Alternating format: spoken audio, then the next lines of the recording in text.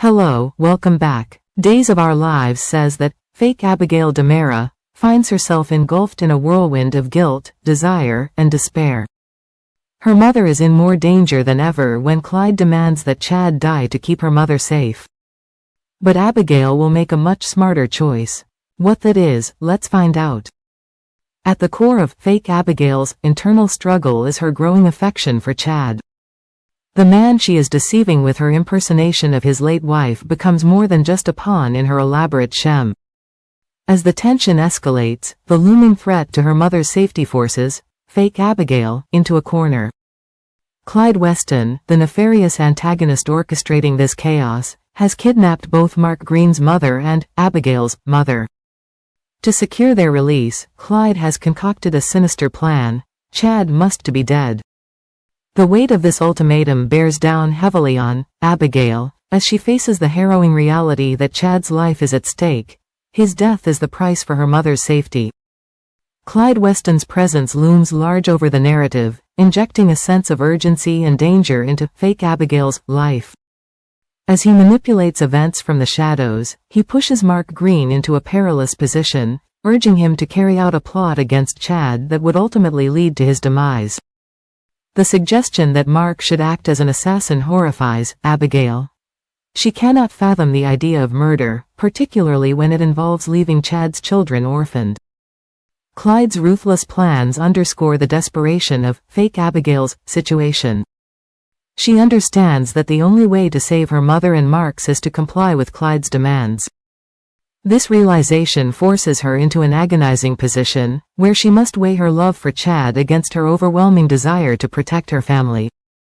Even as she tries to navigate this treacherous landscape, she finds herself caught between two impossible choices: betray Chad or risk losing everything she holds dear. As the tension builds, fake Abigail reaches a breaking point. With Clyde's threats looming and the ticking clock of their situation weighing heavily upon her, she realizes that the only way to save Chad's life, and the lives of their mothers, may be through a painful confession. The thought of admitting the truth about her identity and the hostage situation forces her to confront her fears. Could she really expose the deception to Chad, revealing that his death is the only means to ensure her mother's safe return? In a moment fraught with emotion, fake Abigail finally confesses everything to Chad.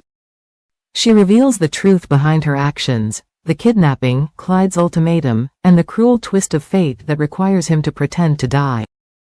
The weight of her words hangs heavy in the air as she implores Chad to play along with Clyde's deadly game, knowing that this is the only way to protect her mother and Mark's. It's a confession marked by desperation, vulnerability, and an all-consuming guilt that threatens to tear her apart. Chad's reaction to fake Abigail's shocking revelation is a whirlwind of emotions: rage, betrayal, confusion, and, ultimately, a reluctant understanding. While he feels utterly deceived, his hatred for Clyde begins to overshadow his anger toward fake Abigail. The possibility of a shared goal emerges: to thwart Clyde's sinister plans and save their mothers.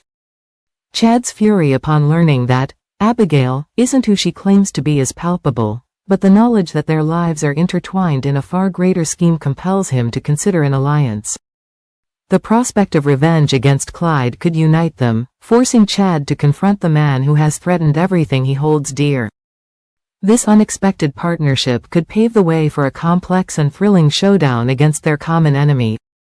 As the story unfolds, it becomes clear that fake Abigail has transformed from a woman ensnared in a web of deception to a determined individual seeking redemption.